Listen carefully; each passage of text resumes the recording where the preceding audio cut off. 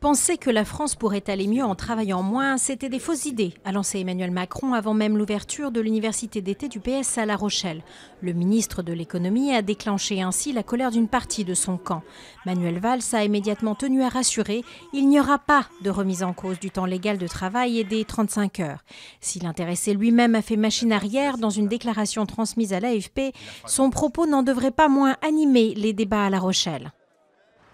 3 Bulgares et un Afghan ont été arrêtés après la macabre découverte de 71 migrants dans un camion abandonné sur une autoroute en Autriche. Parmi eux, il y avait 59 hommes, 8 femmes, 4 enfants, dont une fillette âgée d'1 ou 2 ans et 3 garçons de 8, 9 ou 10 ans. Les corps ont été transportés à Vienne pour y être autopsiés. Autre drame de l'immigration, cette fois en mer Méditerranée, au moins 76 cadavres ont été récupérés au large de la Libye après le naufrage jeudi d'un bateau qui transportait environ 300 migrants. 198 personnes ont pu être sauvées.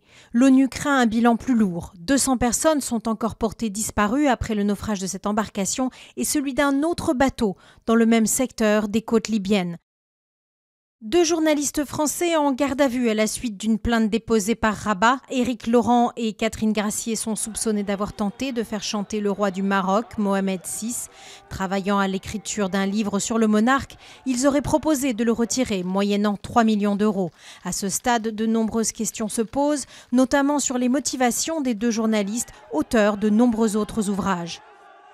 Un couple d'Argentins couronné à Buenos Aires lors du championnat du monde de tango, Ezequiel Lopez et Camila Alegra ont remporté la finale de l'épreuve de tango de scène, une version plus chorégraphiée et acrobatique que le tango de salon. Plus de 700 couples de 43 pays se sont affrontés.